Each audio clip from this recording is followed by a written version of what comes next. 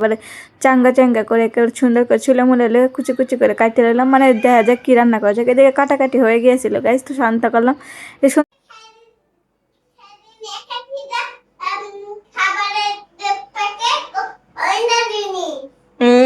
অন্য জিনিস পসা মেয়ে একটা। শ্বশুর বাড়ি গেছিলাম শ্বশুরের দেখতে, তো দেখতে দেয় শাশুড়ি তো সুন্দর মতো একটা মিষ্টি কুমড়া সাথে বান্ধে দিয়ে দিছে। তো মিষ্টি কুমড়াটা আইনকে ফালাই ফুলান দিবো, যেহেতু শাশুড়ি সুন্দর করে গুছায় মুছায় দিয়েছিল, তো রান্না করার জন্য নিয়ে চলে এসেছি। রান্না করতে ঝকমক করে একেবারে চাঙ্গা চাঙ্গা করে একেবারে সুন্দর করে ছুলে মুলে কুচি কুচি করে কাটতে লাগলাম, মানে দেখা যাক কি রান্না করা যায়। এদিকে কাটাকাটি হয়ে গিয়েছিল গাইস, তো শান্ত করলাম। সুন্দর করে খলাই মলাই ধুয়ে লই, যতই হোক ধুয়ে না নিলে তো হইতো না, যত নোংরা নোংরি না থাকতো জায়গা দিকে ধুয়ে মুছে চিন্তা ভাবনা করলাম যে মাছ দিয়ে রান্না করবো গাইস। তো সেজন্য মাছটা সুন্দর করে ধামাচাকা করে মাখাই লইলাম, মাখাই লেকে বাঁচতে দিয়ে দিলাম।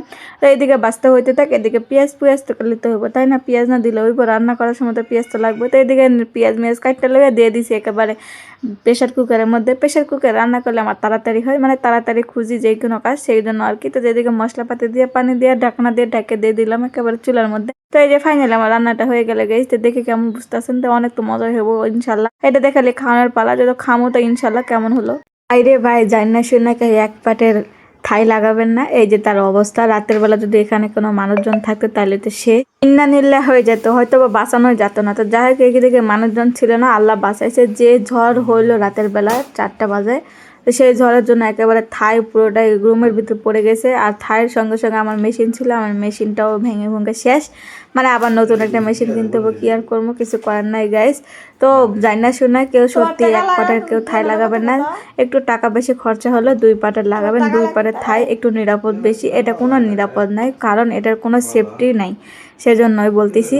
মানে আমাদের রুমে হয়েছে, যেটা হয়ে গেছে, আল্লাহ তো ফাড়া বাঁচাইছে, এটা আল্লাহর কাছে হাজার শুক্রিয়া। আল্লাহ হয়তো বা বুঝছিল যে মানুষজন নেই, সেজন্য ফালাই কোনো সমস্যা যেন না হয়, বুঝতে পারে যেন এটা বিপদ। তো যাই হোক আল্লাহ যেটা বুঝাইছে বুঝতে পারছি, ইনশাল্লাহ এবার থেকে আর এরকম হবে না। তো বাড়িওয়ালারা তো বোঝে না, বাড়িওয়ালা মনে করে যে অল্প টাকাতে কাজ করব, ভাড়াটিয়া থাকলেই হয়েছে, আমাদের কি সমস্যা? কিন্তু ভাড়াটিয়াদের চিন্তা করতে হয় বাড়িওয়ালাদের, কারণ এখানে একজন মানুষজন থাকতো অবশ্যই মারা যেত, সেই চিন্তাটা মাথায় রাখতে হয়।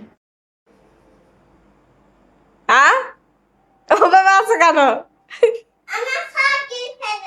কোথায় ফেলে দিছি? তা নোংরাকে ঘরে রাখে? কিসের কাজের জিনিস?